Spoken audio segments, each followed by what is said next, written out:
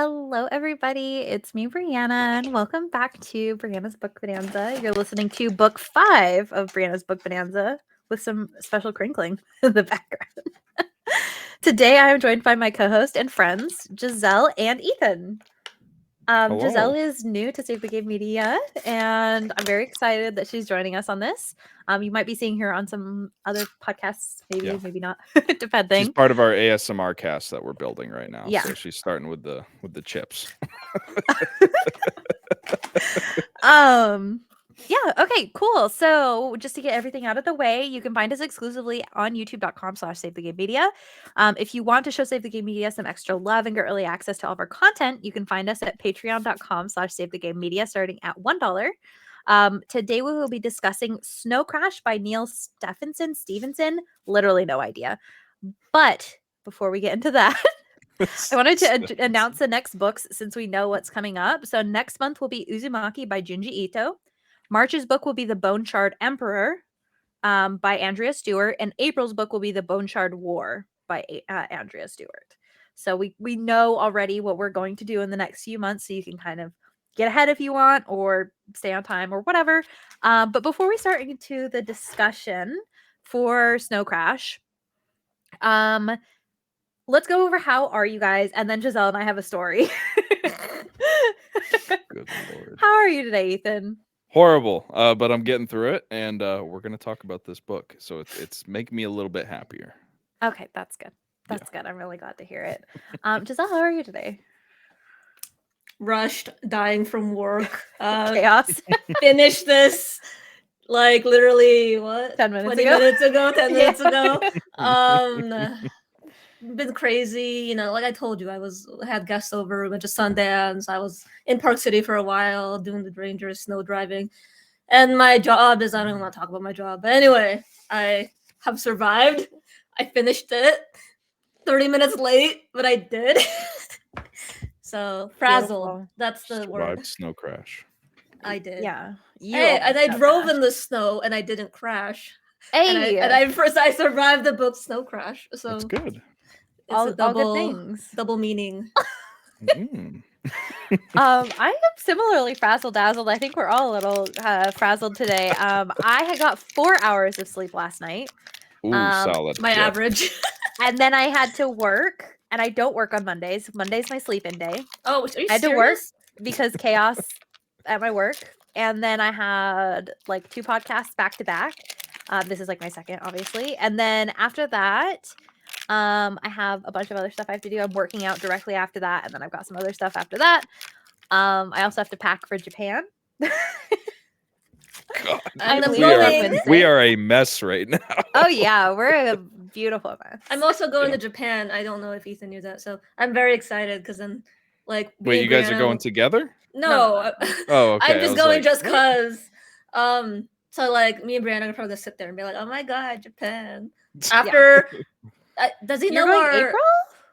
The very end of April, like April 29, and we were gonna go earlier, but then stuff happened, and my friend was like, my friend has a wedding, and then it was just a mess, and so we just were like, oh, let's just move the trip, and so we had to unbook our flights and unbook the hotel. Again. And it was just because we were trying to go in 2020 and then stupid. But I don't know if Ethan knows this, but me and Breanna, we were like in Japanese class together for college. That's how we met. You guys took Japanese in college? That's actually, that's how we met. We were I've always wondered why you knew some Japanese. I thought that you were just learning it just to learn it for fun, but no, that makes sense. Not just we actually took Japanese classes with me, and we suffered for 2 years. Yes, 2 years. Suffered and simped and all the fun. I need to go to Japan a bit. I've been to the airport in Tokyo. That's about as much as me too, but I haven't it was a left layover. The airport. Yeah, same. Yeah. Man, me and Breanna have so many stories, but we probably should save it for a different podcast. I hate my friends. That's where we air all of our dirty laundry out. Yes, we have so much. We have so much. It is ridiculous. Yeah, we literally used to spend 10 hours together, 12 hours, because we had a class at 10 a.m. and then the class ended at 10 p.m. God damn. Yeah, so Mhm. we'd spend all Wednesday Go together. to boot camp or something. Good We lord. just had bad schedules. That's a tough It's schedule. just two different majors coming face to face. People that learn languages are awake in the morning, and computer scientists are awake at night. Night, yes. The computer science class So when you're went doing from both 6 of to those 10 things, p.m. yeah, Which is craziness. why Snow Crash was so like, ow, in my feels, because I'm like, oh god, programming. Well, I'll get into that later. It's a book almost all about programming. You made her read it Yes. for her first book here. I mean, Yeah. my job is I'm a programmer, so all day to day I've been programming this stupid shit, and it's like, So oh, you I get gotta. to come home and read about programming. I'm sure Well, that's exactly what I you was wanna doing do. both. I was like, and it's like, oh god. It was- And then you accidentally wrote code for the metaverse. Thanks. yeah, exactly. Accidentally created the metaverse. That would be so cool. Created the metaverse. I mean, Mark Zuckerberg tried, and then he didn't even have feet in his metaverse. He's doing his best. Ugh. My man's a lizard. He can only be expected so much. Out of it. Yeah. Oh, we're supposed to tell our Doki Doki story. Yes, we have to tell our Doki Doki story. Do you Mm. want to? I feel like I'll start it, and then I'm sure like you'll jump in. Okay, so we were in. This does not make us sound like good students. We were in a class. Oh my god. I literally don't even remember what class we were in. It was like an auditorium class. I wonder though. why you Yeah. can't remember. Probably because you're playing Yeah, Doki. it was a stupid class. It was one of those auditorium classes where it was like probably like 80 students. Yeah, Like a and big we were lecture like, hall. oh Yeah. yeah. And so we were just like sitting, and I was like, "Do you want to play this game?" Or you suggested to play the game. I don't remember who, but we were like decided we were gonna play this game. Because Doki Doki Literature Club had just started, like had just come out. So we were like, we're just gonna check this out. We had no idea what was going on. We opened the game, and it starts with like a trigger warning, right? And we're like, Yeah, all how do you right. play this game in a class in the middle of a class? You know what's so funny too? We weren't even sitting at the back of the class. We were sitting like in the middle of the class. Oh, so there's there were people behind you watching this whole thing. Watching you play Doki Doki Literature Club. Yes, Good God. absolutely. Oh. Yes, that Oh, is the no. answer. So we started playing Doki Doki Literature Club. Quickly, we're like freaked out. Like, what is going on? This is weird. Stuff started glitching. We were freaked Mhm. out. Class ended.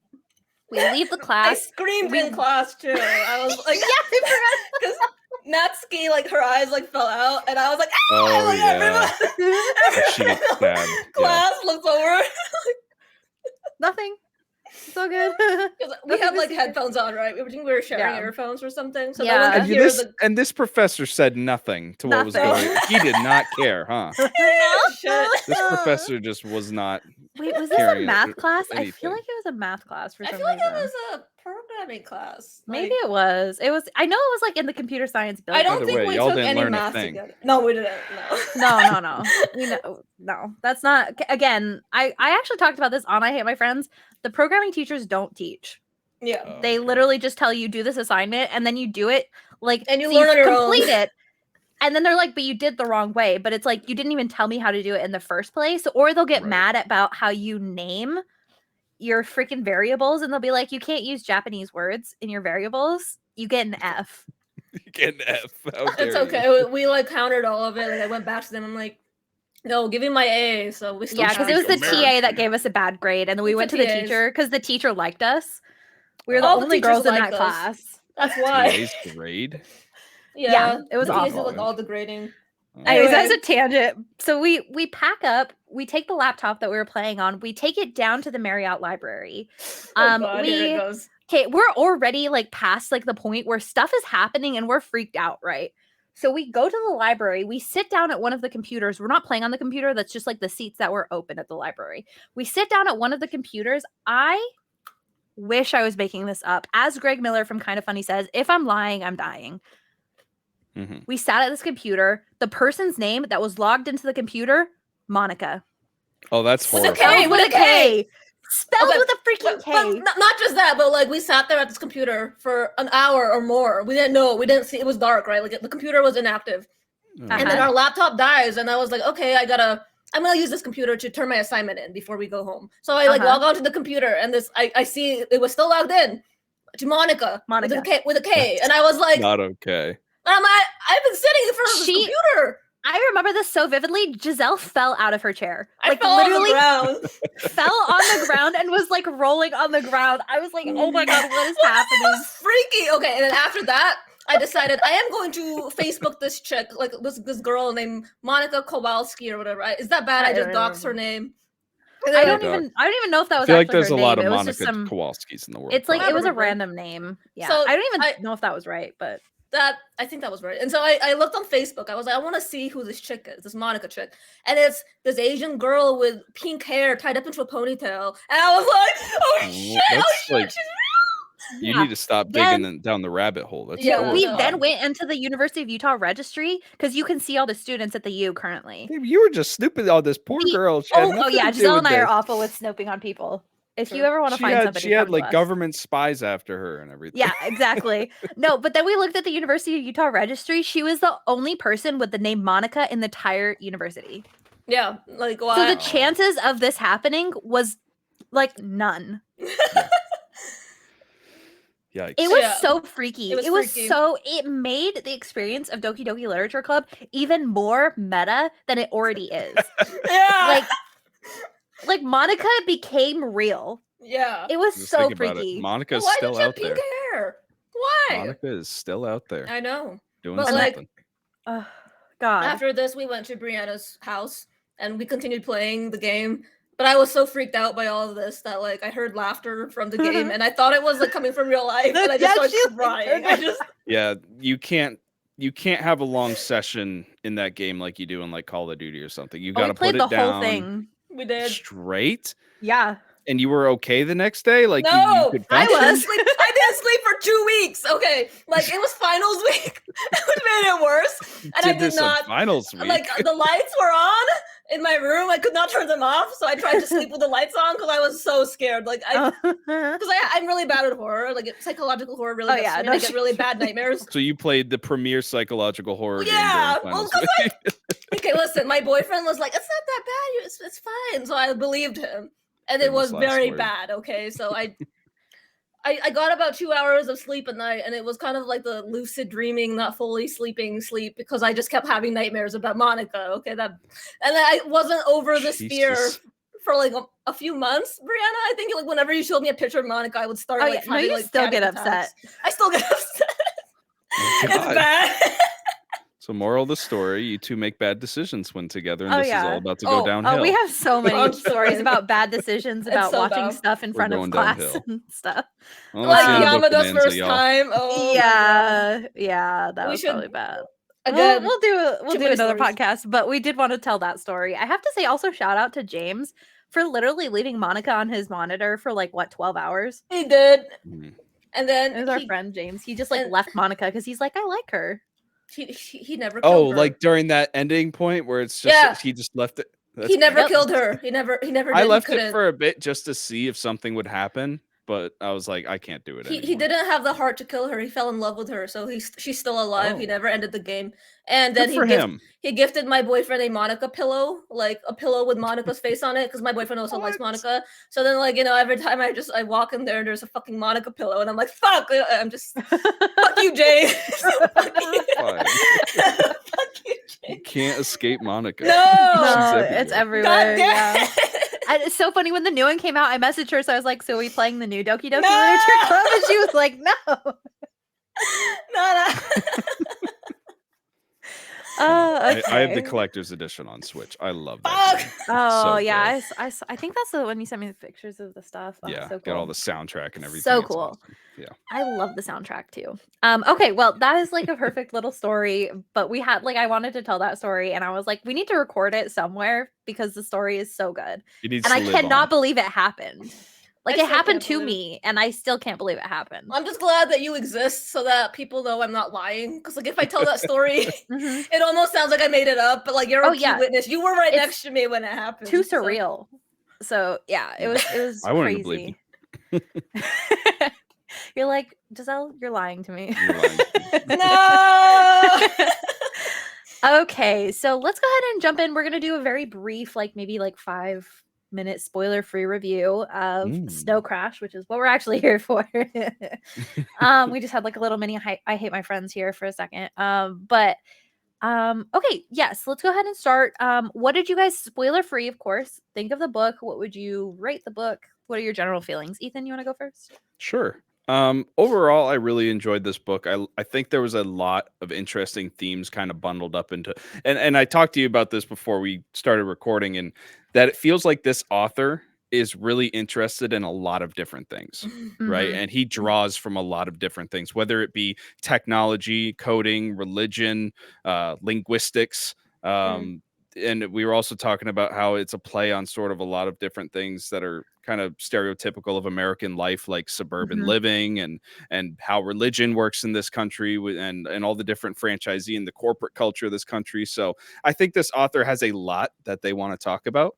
And I think they do that in their writing, and I think it's really interesting. I think at times it doesn't come together quite as well as I would have hoped, but I think overall I enjoyed the flow of the story. I enjoyed the characters. I enjoyed hero protagonist, which is the protagonist. I just think that's kind of funny how he named him hero protagonist, but That's it was beautiful.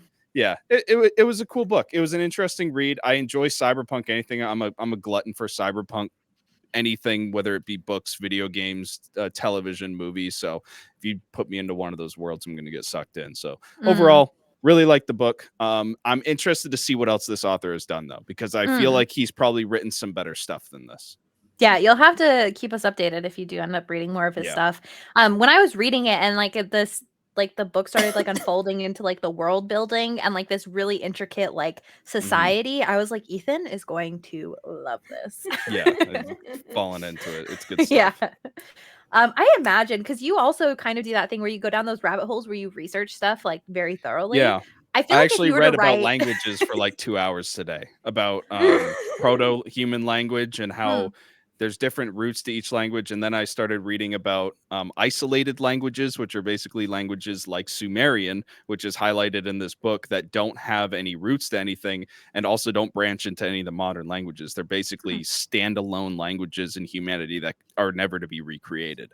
So there's Weird. so much interesting things about linguistics in this book. And a lot of the stuff he talks about in some of those chapters are actually real. He actually cites them in some Mhm. cases, like I think it's like World Oxford Report or something he cited. I It's went and looked so at that, and interesting. he did a lot of research for this book, I feel Oh, like, yeah. for For sure. sure. And you have Yeah, to imagine this is like in the 90s too. So like the research he right. had to put in a lot of work for To this go to a research. library. What a pain in Yeah. the ass. Yeah. For sure. What would you rate this out of 10, Ethan? Oh, out of 10. Let's go 7.6. Okay. I'm gonna go above 7.5, 7.6. Very good read. Um, I like I said, if you're a fan of any of those themes that I talked about, I think you're gonna get something out of this book. I think it's gonna be a Okay. fun read for you. Awesome. Giselle, what did you think of the book? I echo basically everything Ethan just said. I also like the cyberpunk genre, and it's very much a shame that I can't play the new cyberpunk game because I get motion sick from first person games. But I've been kind of like on this like sci-fi dystopian cyberpunk kind of binge. Like I just kind of want to be in that world. So when you said I was already in that mode when you came to me and you were like, "Want to read this thing?" And I was like, "Oh, good. This is like the kind of thing that I've been like craving after." So cool. And like when I started, I think I expected it was a bit different from my expectations because I had read Ready Player One, which is also kind of like about a metaverse sort of world. And I think I was expecting a little more metaverse stuff and not really the direction this went in, which, like you said, it was like the author has a lot of interest and he like crammed a bunch of them together. Uh, but like despite it not going what I expected it to go into, I still liked it a lot. And I do agree though that he has a lot of themes that he crams together that I'm not sure if they always fit together or flow well. But despite that, it was still interesting enough to keep me going. I mainly like the world building aspect. Like, again, let's copy what you said, because that's the part that really impressed me. Because especially the way he has all these slang terms that he just like puts in there, and you just have to kind of assume what Right. it is because it's part of the world, and I think that's really Mhm. cool. And the fact that this was made in the 90s actually impresses me even more because there's a lot of stuff that I feel like he kind of accurately predicted the world would be in now. And I'm like, what? Yeah. Crazy. I would like even cite a specific spot there that impressed me, but I don't want to. It's spoiler free part right now, so I'm not going to do that yet. But Okay. yeah, no. yeah, I really did enjoy it. It was different from what I expected, but definitely cool. Yeah. Cool. And real quick, going to a point that you made, Giselle, about how it didn't necessarily go the way you thought it was going to go. It's almost like you read through the first third of this book, right? And Mhm. it's like I don't even know what this story is about yet, but Right. I'm introduced to these characters and I'm just kind of floating along in their lives, right? Right. You have no idea what the cohesion is. Expect that's spoilers, so I can't talk about that yet. But yeah, for the first third of this book, it really is just following these two characters, YT and hero protagonist, and just being like, I guess we're just chilling with these guys for now in their life. There's Right. really no cohesion to it, which it's cool because it sets up the world for you and it gives you that world building that you need to kind of understand how the society functions. And I really enjoyed that. Yeah. Mhm. And I don't really necessarily look for plot driven things in everything, but I thought Right. I think I expected it to be more plot driven, which is why I was kind Mhm. of like, huh. But then it kind of did like a slice of life thing at the very beginning, and then Yeah. like near the end it went more focused. Well, that's not what I expected, but I still liked it. You know what I mean? Mhm. And I also did not expect the tie-in of religion and all those other themes you were talking about. Like that caught me by like way off guard, It was a especially curveball. when I like. Have you read Ready Player One or seen the movie? I've seen the movie. Yeah. I've seen Oh, the movie, so book is so good. the book is You have to Everyone read keeps it, telling me. Ethan. Yeah. it's very they're very similar. So like I think Okay. going into this, I was thinking of Ready Player One as like my Yeah. expectation. And this Mhm. is very kind of different from that. It's not really like, oh, here's the metaverse. It's more about the concept of I guess this is a spoiler if whatever Snow Crash is. I don't want to talk about what Snow Crash is, and that's like a spoiler, but Yeah. and just like the commentary on society, I thought that was cool. How spoilery can I get here? I don't want to. I would just avoid it. We'll talk about everything in a second. Yep. What would you rate it out of 10? I feel like a 7 out of 10 too. Like I don't know Okay. what he said, 7, 6, whatever he said, but Yeah. 7 out of 7. 10. Okay. Good Yeah, stuff. I would actually echo that. That's going to be a 7 out of 10 for me, where it was Mm. good. And for me, the concepts were enough to keep me interested to like finish the story. But like the actual storytelling itself, like kind of fell short for me. There were also some elements that generally made me uncomfortable. I don't know if it was because it was a product of the 90s, but like there were just some weird things like YT being 15 and like the language that Yeah. was used around her. Was slightly uncomfortable for me. Mhm. So yeah.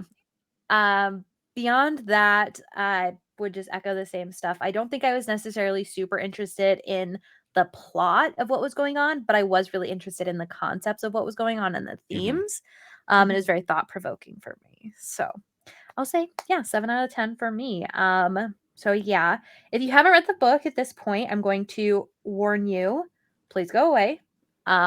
You've been warned, or unless you just don't care about the spoilers and you just want to hang out with us, in which case, sure, Ethan's threatening you.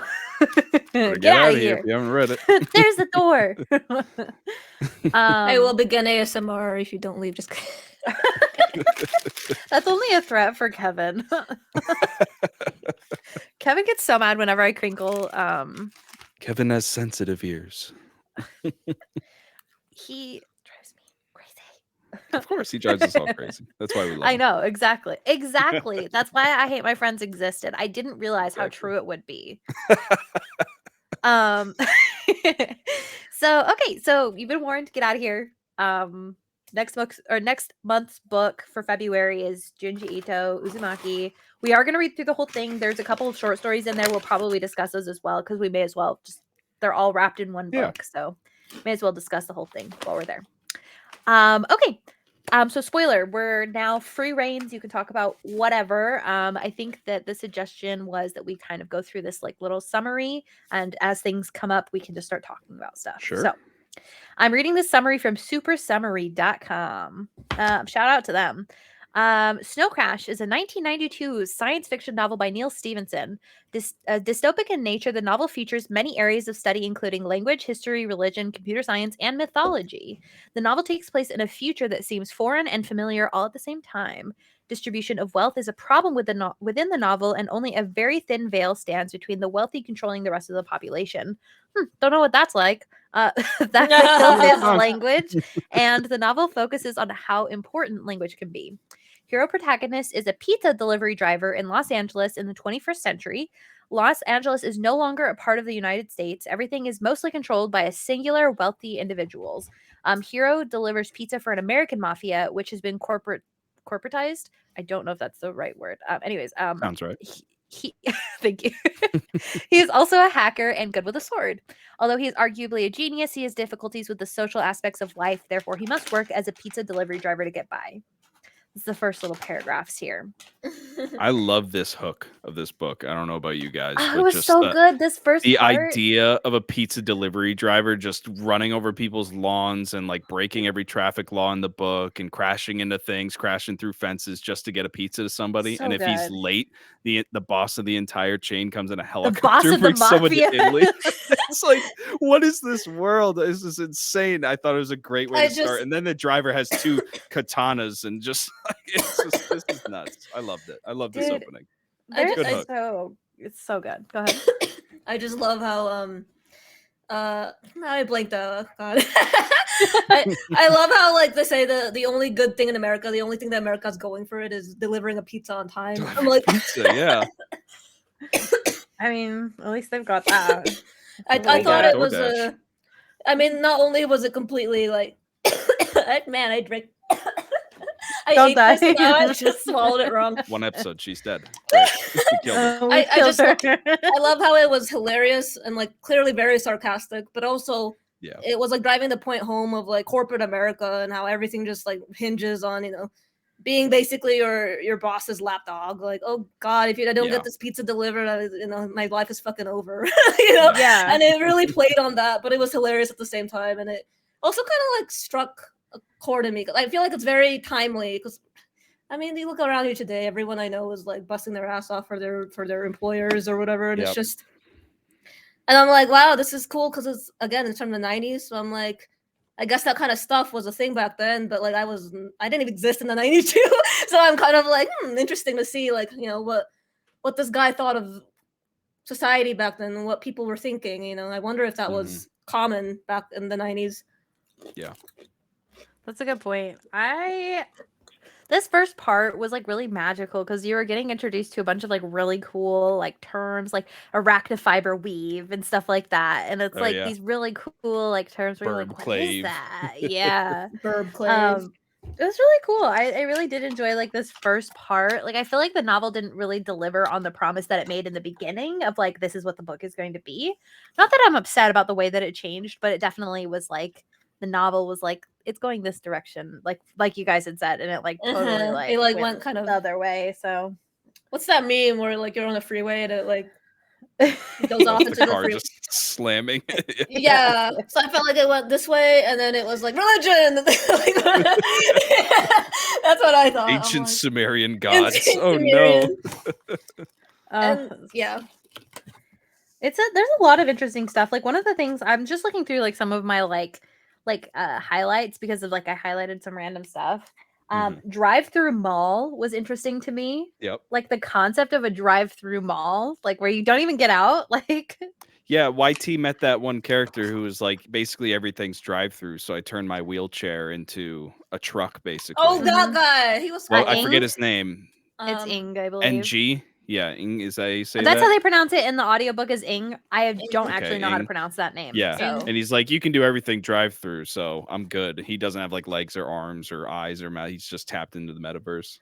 Yeah. There's always this concept that's repeated in a lot of media. The kind of like organic versus artificial and like what's better? Is it are you less real because you're not fully organic? And he kind of touches on that a bit. He's like, you're making the assumption that I'm like incapable because I'm mostly made out of all this stuff, you know. But he said something to that degree, and then he's like, "But actually, I'm better than you." And I was like, "Okay." And I mean, I like that theme. You see it a lot in lots of different media, but I try to keep in mind again, this is a very old book,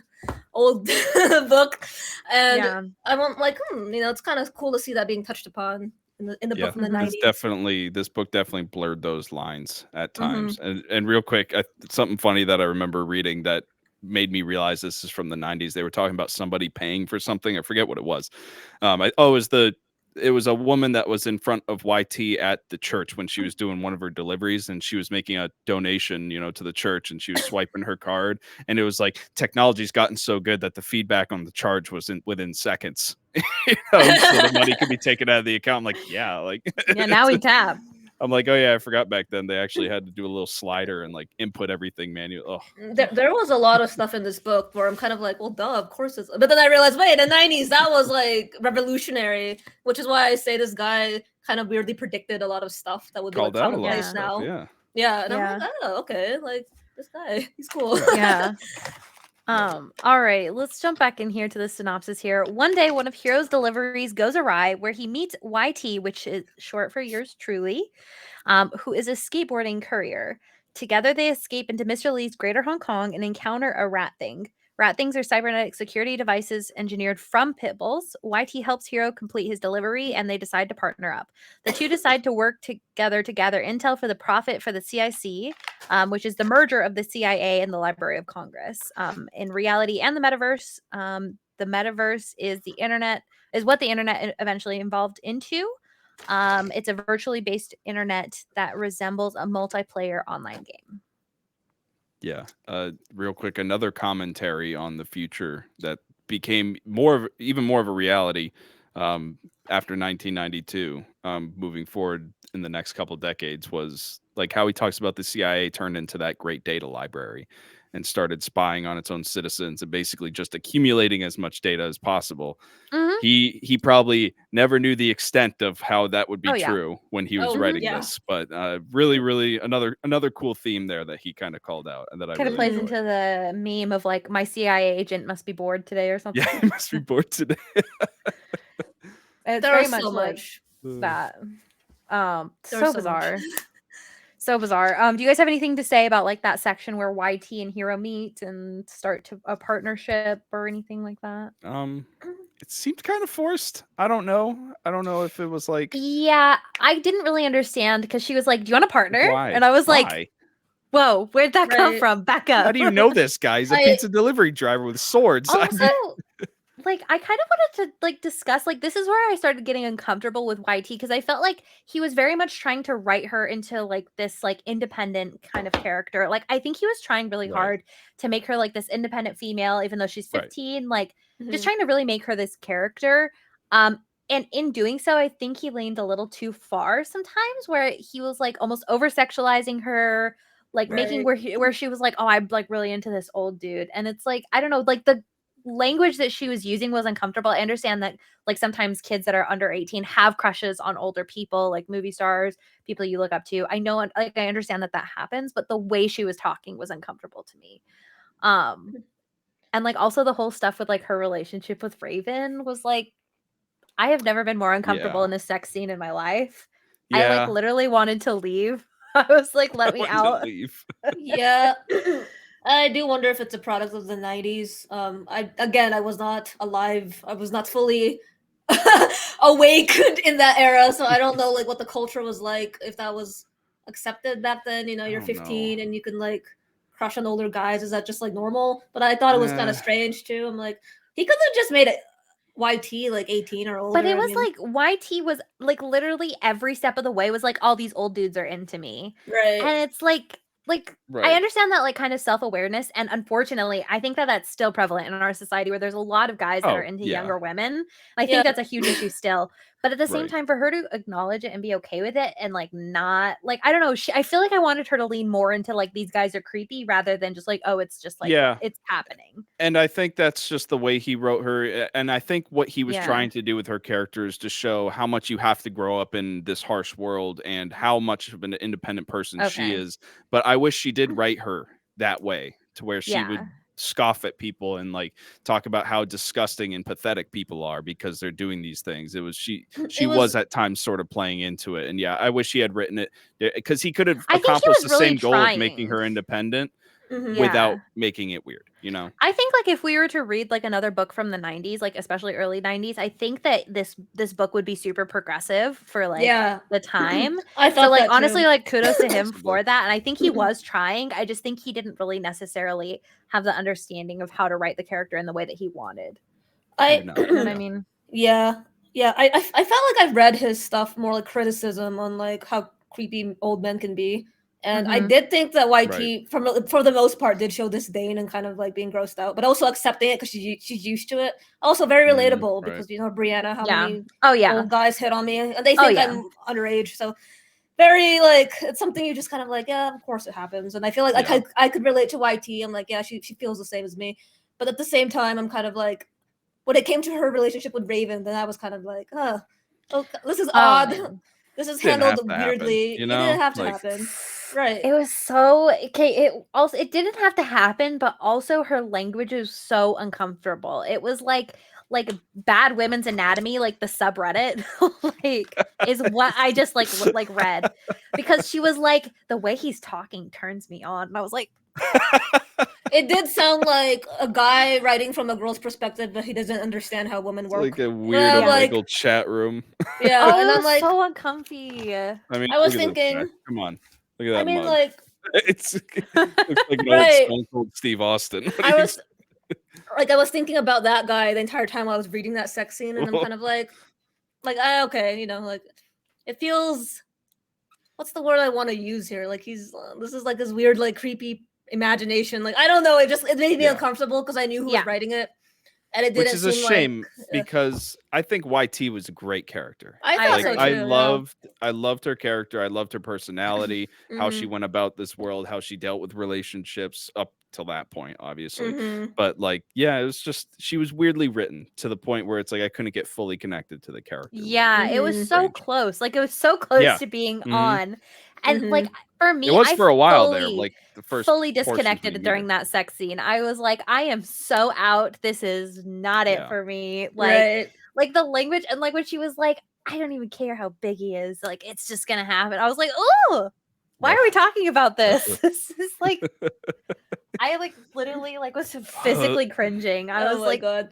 because I was Just you listening to the repeating that makes me audiobook cringe. I too. don't like it. That's what was awful. Oh, Like that's listening, bad. and the person that reads the book is a dude too.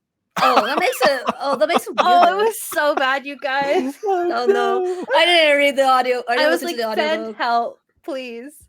I was like Oh. literally listening to this like on 2.0 speed too, because I was like, I can't listen to this. I have to get through this. Oh, it was so uncomfy. So I yeah, mean, you could have that's just said they had segs and skipped it. Like it's like, all he right, I get the plot literally point. did not have to even go over any of that. Oh my Yeah. god. I was So, so confused by that. It's funny because I accidentally spoiled myself on the part that they had sex because I had like looked up what a dentata is. I was like, is that a word I should know? So I looked it up I and looked that up immediately too. it was like, oh yeah, YT I'm forgets like, to take what it is out when that? Raven has sex with her, and I was like, who's Raven? Because at the time I didn't know who Raven was. And then we meet Raven and I'm like, she has sex with him? I was like so Yeah. confused. I'm like, how does that work? And then it started getting into it. And like you Ugh. said, it was much more in detail than it needed to be. So I was kind That of thing like, was horrifying, by the why? way. Yeah. The Looking that dentata. up, that's terrifying. It's basically like a medieval chastity belt. It's like, Right. holy shit. But like, I don't know. I like the fact that she had that was interesting to me because I think, like you were saying, it's like a sign of how the times and like how rough the world is, and how Right. harsh it is, and so she has to wear something like that to prevent creepy rapists. It's just I mean, that whole scene where she gets arrested and put in the clink, right? yeah, When that yeah. guard goes down and she's like, I can tell that he's about to try and do something. And then she says something to snap him out of it or something like that. Oh It yeah, never she like happens, leans but into it. She's like, "Are you gonna do it or not?" yeah, it kind And of then scares he him like got away. like he was like, "Whoa, whoa, whoa! I'm not gonna do Yeah. anything. I don't know what you were thinking." Yeah. Just I saw wasn't thinking that. You part said made me it. uncomfortable too. I was like, Oh "Ugh, yeah, I don't know. super uncomfy. World's tough out there in this Oh book yeah. for sure. I Oh do think yeah. though that it was like I agree with Breanna that it is progressive for the time in the 90s especially because Yes.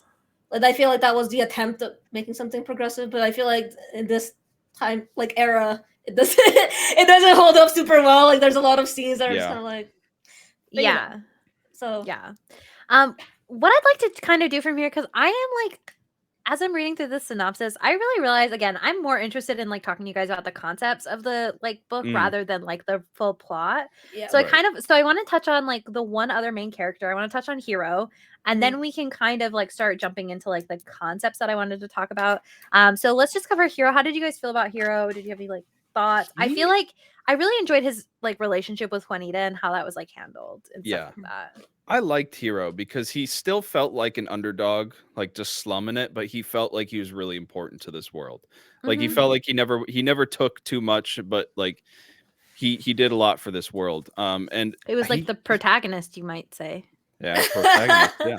But like he was involved in a lot of very important stuff, talking to Yeah. important people, even though he was really just this guy living in a U-Haul trailer thing. Like literally It's like just- what 10 by what you was it? store 10 it. by That's what 15 it's or something called. like that? Yeah, Yeah. it's like a you Yeah. store it thing. And in a way, he was kind of written like a noir detective. Did you guys ever pick up on like some Mm. noir themes in this book? There was a lot of that to me, and I Yeah. kind of some of the descriptions, like I recognized in my head I was starting to read things like in that noir voice, like he went down to the. Yeah. I was like, oh, this is like kind of like a noir, but I could just picture a dark night with rain, hero protagonist out there with his swords, like just walking, getting wet, no umbrella, like just exploring. Like I really enjoyed how his character was written. He was cool. Good protagonist for sure. Yeah. Mm. Yep. Pun intended. Pun What intended. about you, Giselle? What did you think about Hero? I liked Hero. It's interesting for me because I think I might be a bit biased, but because of the katana and like how like generally badass he was good at Yep. hacking, he was good at a bunch of stuff. It did make me think of like a self-insert kind of guy, especially because there's a lot of like I don't know, like incel neckbeard dudes out there who think, oh, I'm so badass with my swords, but I'm also very like awkward and socially and misunderstood, and I can't get the girl. So then I'm the they nice kind of guy. like and I'm a nice guy, but I'm good with my swords. I'm good at hacking, and that's like the vibe I got from Hero. I'm like, oh no, it's a incel vibe, like a self insert. But then, This is who the incels want to be. This is like yes, Yeah. this this is their goal. They're no, like this is hashtag goals. like it's just like me for real, you know that kind of like it's like Yeah. Ryan Gosling from Drive or something like that kind They're of. like, have you Oh, read Mm. Snow Crash? That's what I'm like in real life. yeah, that's exactly the self Oh, really? insert. Like I'm so good at all these things, but you know I'm socially weird and whatever. They're just in So VR chat being the, weird. the so but then despite that I did like him anyway because this it kind of shows that he's very imperfect. There's a lot of stuff he screws up on during the fights. He like, oh, he messes up this, he messes up that, and oops, shit, well. And I'm kind of like, yeah, I know. And then also the way he like feels about Juanita, which is also again pretty progressive. The way Juanita is portrayed, I like that. The language Yeah. used around her I thought was cool. Like she was very Yeah. capable and And it was independent. also like a really adult relationship where like the reason they didn't Yes. work out wasn't like there wasn't like this huge like reason or whatever. It was just like Right. he didn't really have enough confidence in himself to Mm. like think Right. he was good enough. And the Mhm. way that they kind of like handled that relationship, that was like very like I felt like that was really mature and it wasn't like this like, well, she's just a dumb woman, you know, like that kind of Right. thing. Yeah. Like It it it so, it felt so good. I loved that.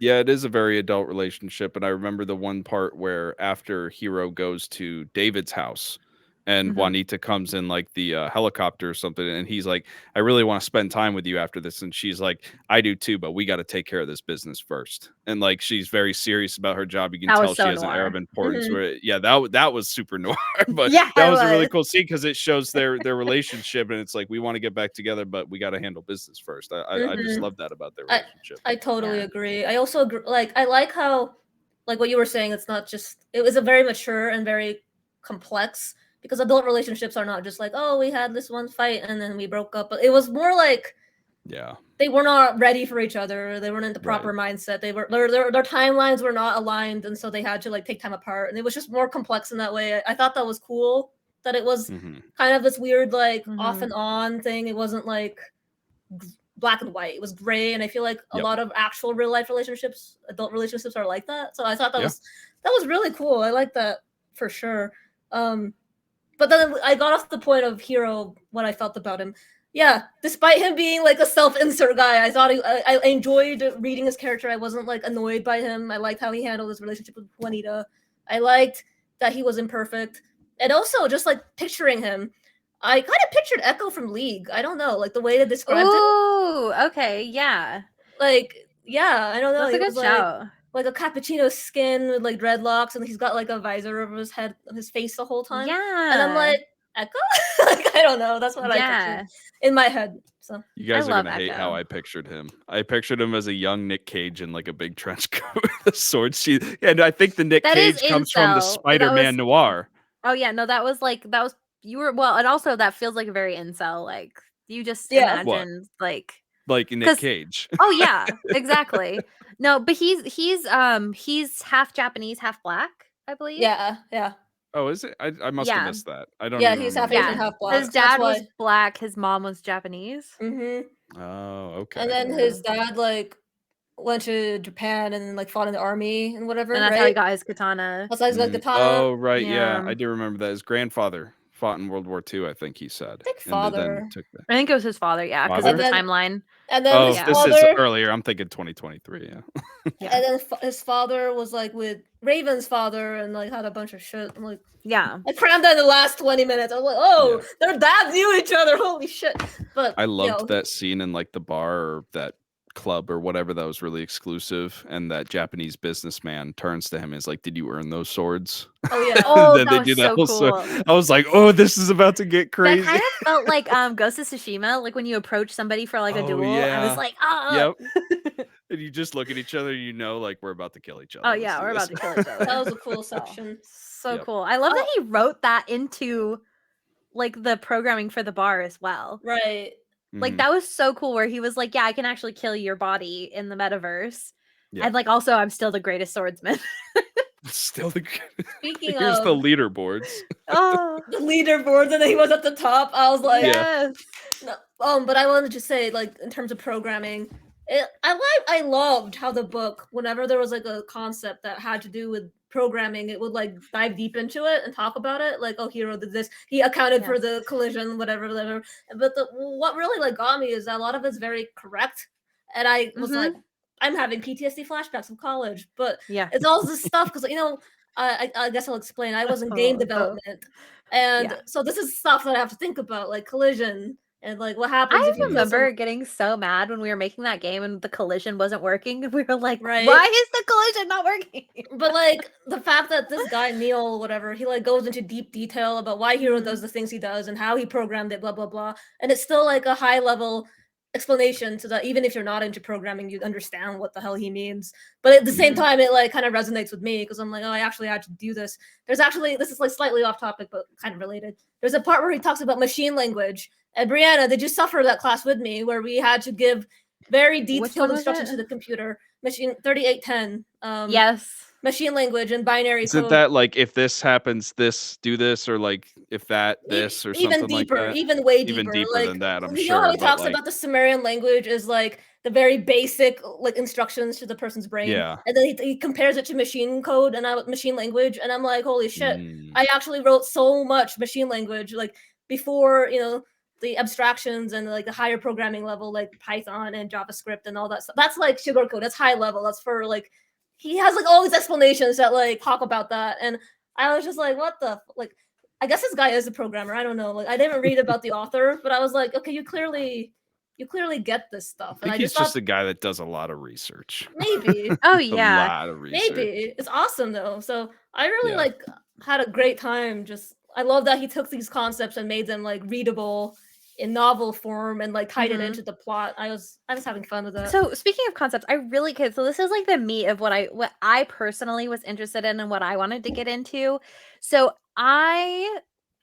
the whole concept where he like it almost felt like a conspiracy theory where he was like going into like the like history of language, the way that Mm. language works, what Babel, like the fall of like the Tower of Babel actually was, like all Yeah. of this stuff that he did all of this research for, that's all real like mythology, real world events, all of that kind of stuff, and he turned it in this weird way where all of a sudden like it has a completely different meaning, where there's like a virus that can infect your brain and like so that way you can no longer speak like the motherland language, whatever. I don't even know how Yeah. to like phrase that, but like that whole concept where he went deep into this history and then all of a sudden it wasn't our history anymore. It was all of a sudden like this new interpretation where it was almost like conspiracy theory. That was Yeah. so interesting to me. How did you Yeah. guys feel about all of that and how that like unraveled?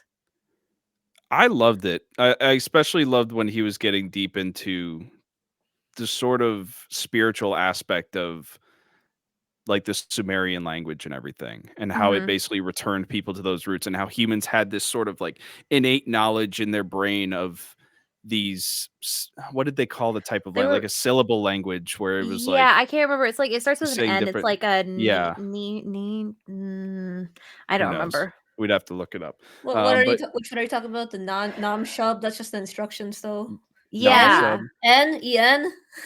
Spell both E of N. those. Yeah. Yeah. Yeah. But how every human sort of had that buried deep inside of them, and all Snow Crash was doing was sort of drawing that out and bringing people back, and how it basically would just control people. And it Mm-hmm. was really, really insane. And you could see it like in Hero when Hero was talking to the librarian about this, he kind of had that like a lot of those aha moments, like I'm starting to get what the hell is going on here and why this is so dangerous. And holy cow, we got to do something about this. Mhm. Oh I yeah. loved the whole deep dive in all this. It was Yeah. so good. I especially liked how again it was tied to programming. He kept like going back to like, oh, their firmware, oh, their the machine language, oh, the way people are The programmed, firmware, the software of the humans. software, the Like Right, software of yeah. that's so humans. bizarre. That is so.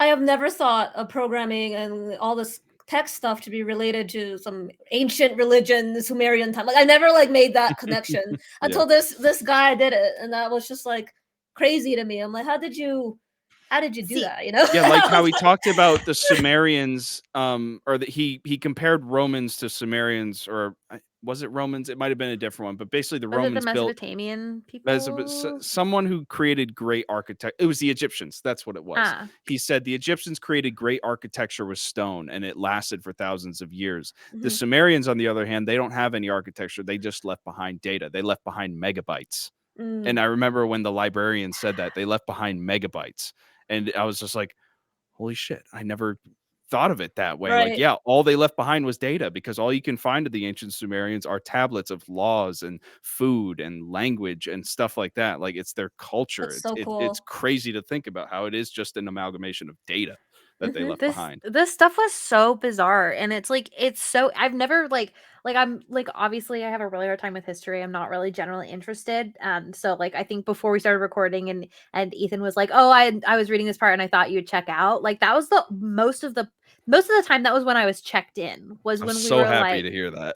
when it was like these weird because it was like it wasn't just history, it was this like I said like this bizarre take on history where it's like it's recognizable where it's like I can tell that this is like world history and that this is real, but Yeah. then this interpretation and I cannot imagine like how he came to this like inside his brain. Like he's doing all this research and he like makes this connection. He's like, but what if the Tower of Babel that fell was like actually not this thing and it was actually this other thing and like how did this come into Yep. his brain? Like brains are so cool and so weird and like What Mhm. I would have never connected any of this. what I also find interesting is like even backing out of the Sumerian stuff is the concept of virus being religion, being a drug. Yes. Like Yes. I literally did want to talk about this. That Juanita line has been literally stuck in my head. Yeah. right. She was like, is it so what is it, Juanita? Is it a virus? Is it a drug or is it a religion? And she was like, what's the difference? And I was like, What's the difference? Yeah. And I was like, I was holy shit. like, but that is so Hey, cool to me. And also, so I didn't know this, but I was talking to my friend about this book, and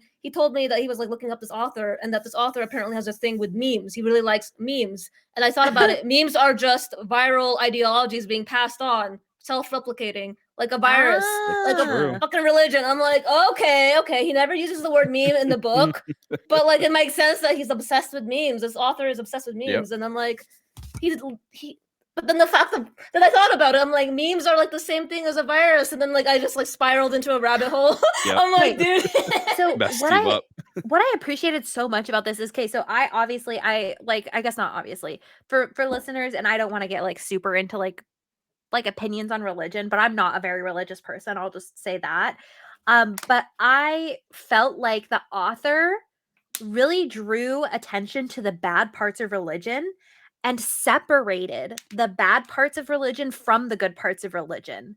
And he was kind of able to like identify like oh this bad part here, yeah, this is when the virus took over versus like this good part Right. of religion. And so he was still very respectful of religious ideologies while also identifying this like toxic behavior and I appreciated that so much. He blames humans for how bad religion has become in the Mhm. modern world. And I think that's truth. I mean, that's the truth It of the is, modern yeah. world, is when religion goes bad, it's because of humanity, because religion is just They're using like a it. bunch of concepts, Mhm. right? It's humans that can use it for evil. So I Mhm. thought that was really cool. And also how he sort of he almost, I don't want to say he has an adversity towards religion, because he goes through a lot of the different religions and just talks about how like they're completely wrong in some aspects. And like I was sometimes reading it, I'm like, I can imagine this book got banned in a few countries. Oh, Like for a lot of sure. people Right. probably got really insulted during this part, but you know what, I mean, that's the type of book he's writing, and it fits Mhm. the theme of what he's writing. Yeah, I still felt like that he was, like, respectful enough to not, like, be like, all religion is, like, a Right, no, he no kind never, of thing. Right. yeah, And I feel like a lot of the times when religion is in books, it's typically, like, the church is depicted as, like, this evil organization a lot of the yeah, times. Uh-huh. And so, like, I thought this was, like, a really interesting where the church was almost like this gray figure, where hmm, it was, like, it was directly in that in between, and I Mhm. I really it's like a loved this conveyor so belt. much. Like, the church to me Mhm. felt like a conveyor belt. Like, I could imagine just parishioners just sort of, like, walking up, swiping their Uh-huh. card, next one walking Mm. up, swiping their card. Yeah. Like, that's how I envisioned the whole church structure. We didn't spend a lot of time in the churches in this book. I think it Mm-mm. was just that one time with YT when she made that Mhm. delivery, but yeah, that's all I got out of those churches. I thought that was Mm. an interesting way to I the depict one them. the part that I really connected with the, like, religion was when he was, like, talking he's like, one of the major world events that, like, you can, like, attest to this, like, weird, like, virus that's happening, like, or that has been passed down was the Crusades.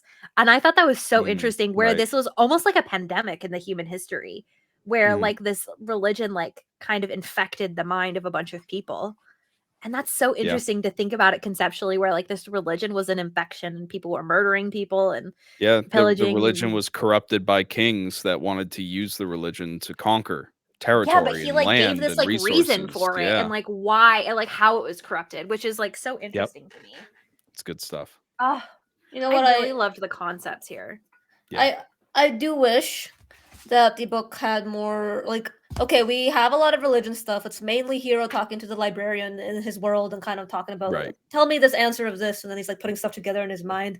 But I wanted more content, like when makes a delivery with the drug, and we get a bit of that, but I wanted like more of that. You know, like more being there, seeing it visually as a Mhm. book would, and seeing this religion stuff come into play. Yeah, like the This snow crash just Yeah. stuff. yeah, like the snow crash stuff. Seeing Bob Rife and his church. I wanted more. I wanted to The see more of raft. the world, the raft, and we do get a lot of the raft near the end. But Dude, then, that was like Right. so bizarre. before the raft, I wanted more of the church. I guess so. Instead of Yep. Dude, just the Hero, raft freaked me out. the Like, raft was crazy, I was like, "What in the hell is this dude. place?" This is This so freaks me the random, fuck but out. like the part where they were on the life raft and they were waiting for like a boat to come, and then Mhm. I think the guy with the fish eye or whatever, he's like, Yeah, fisheye, "Oh, like yeah. just strip naked and get them to come over here." That And he's whole like, "We gotta part, check how tight you are." I was like, I was like, "What? Oh my Yep. god! Holy shit!" That was Uh, insane. And then he just kills everybody, and I was like, "Okay." And he said, "I told you to listen to reason," and I'm like, the yeah, it reason got a yeah. part little was funny. chaotic at the end It there. it, it Oh, did. yeah. I was lost so often in this book, and I think that that's why I'm not really, like, super interested in the plot, because the Hmm. plot Right. would jump to these weird places where I was like, "I know I was there, I know I read the book, but, like, I am so confused how we got from this point to this point, and I Mm. don't know, like, how these because like, sometimes people would just, like, all of a sudden know each other, and I'm like, Yeah. I feel like "What the book happened?" like yeah, like I feel like there's a lot of stuff that is not shown in the book because it like skips from chapter to chapter between YT and But it's Hero. not, like, in a good way, though. I You feel know what I like Like mean? jarring. I wasn't Yeah. really that jarred up for the most part, but Mm.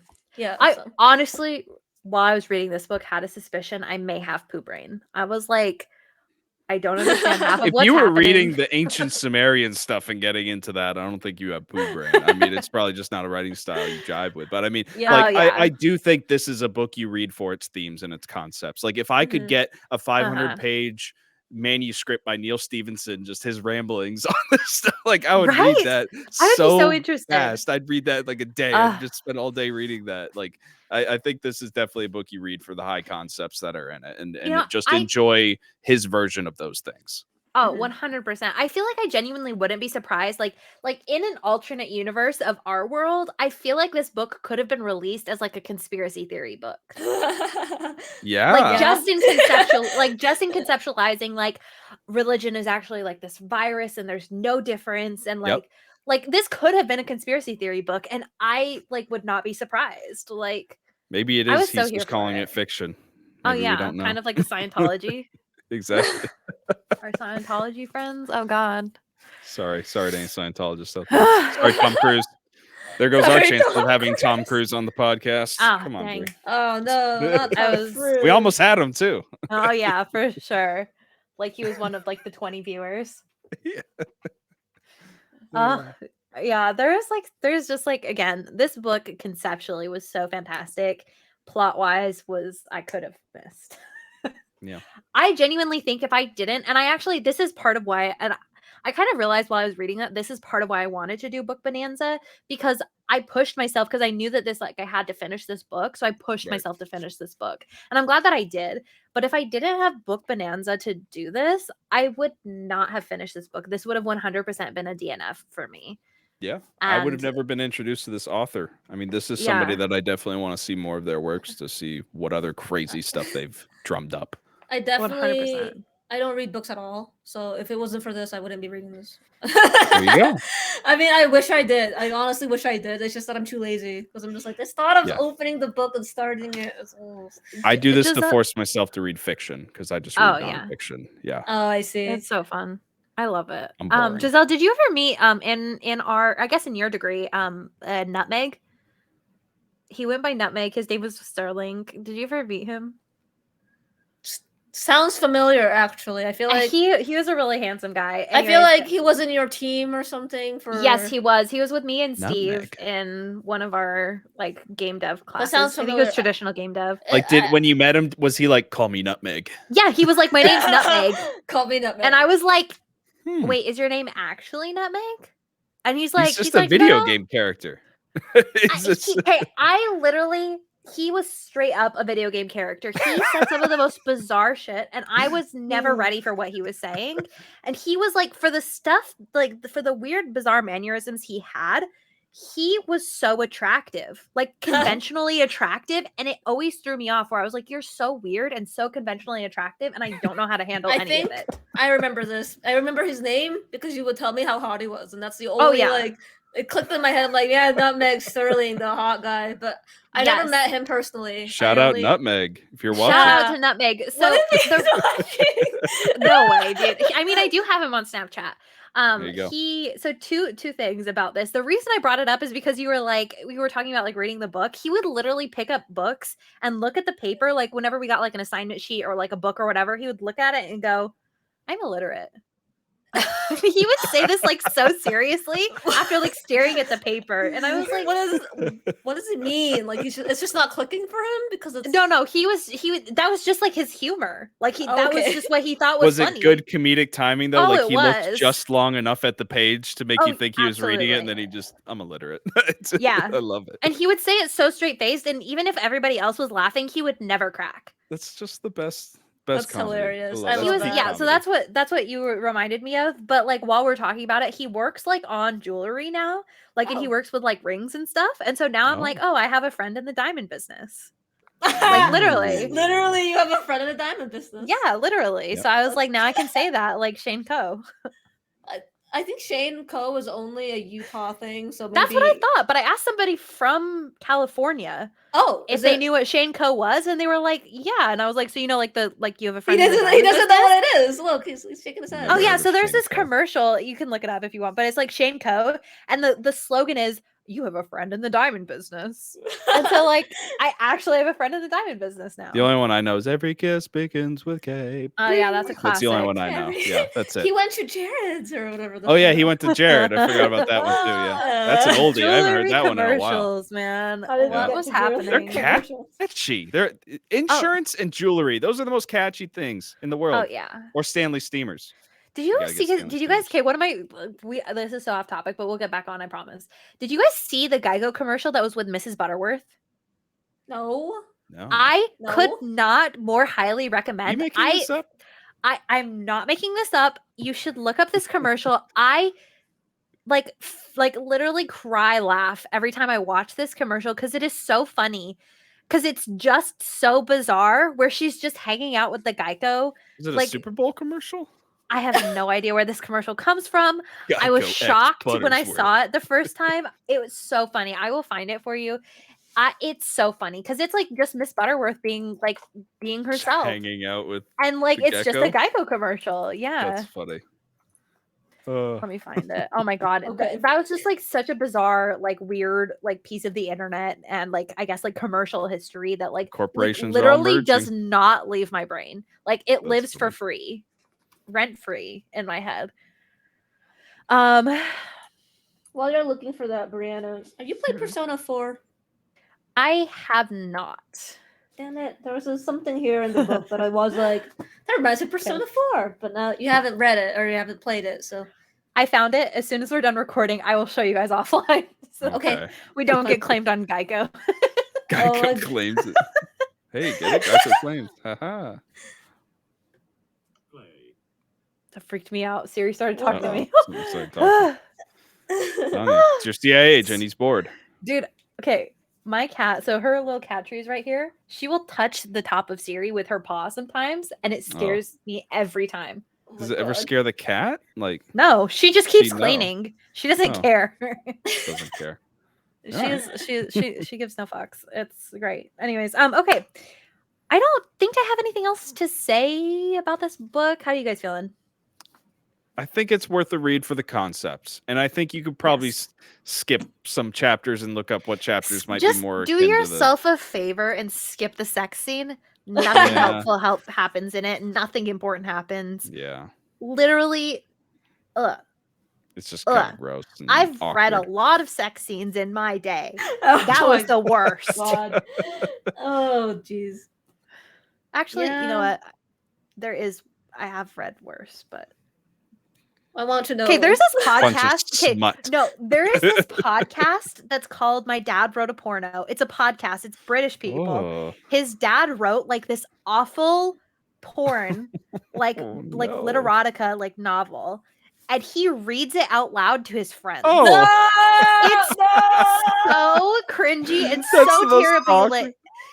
It's so terribly written, and it is so funny. It is Some so people funny. love cringe and awkward situations, which you're insane if you do. That sounds like a podcast for you. Oh yeah, no, that podcast. I was listening to it while I was driving once, and I had to pull over because I was laughing so hard I couldn't see. And I just like it was because he was for some reason they were talking about how like this guy was like peeking at this girl and he goes, "Oh, Pikachu." And I was like, Oh, the no. Pikachu reference. It was Oh. just like the worst. It's if you guys want a terrible sex scene, those are the worst sex scenes. And what makes it worse is it's the son reading his dad's work. No. It's terrible no. in the best way. That's rough. Oh yeah. I know, Oh, like- Dad. Highly recommend that. So yeah, there's a glad my dad podcast hasn't recommendation done for you. Alrighty, we can go ahead and tap out. Again, we're gonna be reading some Junji Ito next month. That's a manga. So for Ooh. audiobook listeners, you're really out of luck. Yeah. So hopefully you'll still enjoy it. Mm. All right, we can go ahead and do the little housekeeping at the end here. Thank you so much for listening. Thank you so much for taking the time to hang out with us. Special shout out to our patrons: Bucky Blue, Hopple, Alpaca Tom, Amon, Fabulous Brianna, Brianna's mom, Brianna's brother, Brianna's wife, Nikolai at Night, Brendan Myers, Marcus O'Neill, Lillian, Mimi J, The Snack Network, David Hotwright, Dave Harp, and the Xbox Pass. Oh, sorry, expansion pass. Oh, come on. You almost had it. Excuse me. I almost had it. Xbox expansion pass. Shut up. I almost had it. Shout out to all of you Shout guys out. for your support. If you read the book and want to chat with us, please feel free to comment below, or you can just join the Discord. That's really what I would like you guys to do. Join the Discord. Okay, Ethan, where can people find you? On that Discord. Come say hi. Shout out. Giselle, where can people find you? Nowhere. I don't exist anywhere. R.I.P. R.I.P. I am a Over. mystery. This was our first and last episode. She never wants to see us again. She's like, I'm out. You can find me at Fabulist Breanna, Fabulast Breanna. You can find me most places: Twitter, Twitch, TikTok, Instagram. No MySpace again. I always say that, but never had a MySpace. It's a shame. So yeah. All right. Well, we will see you guys next month after I'm back from Japan. Woo! Yay, Bye. peace.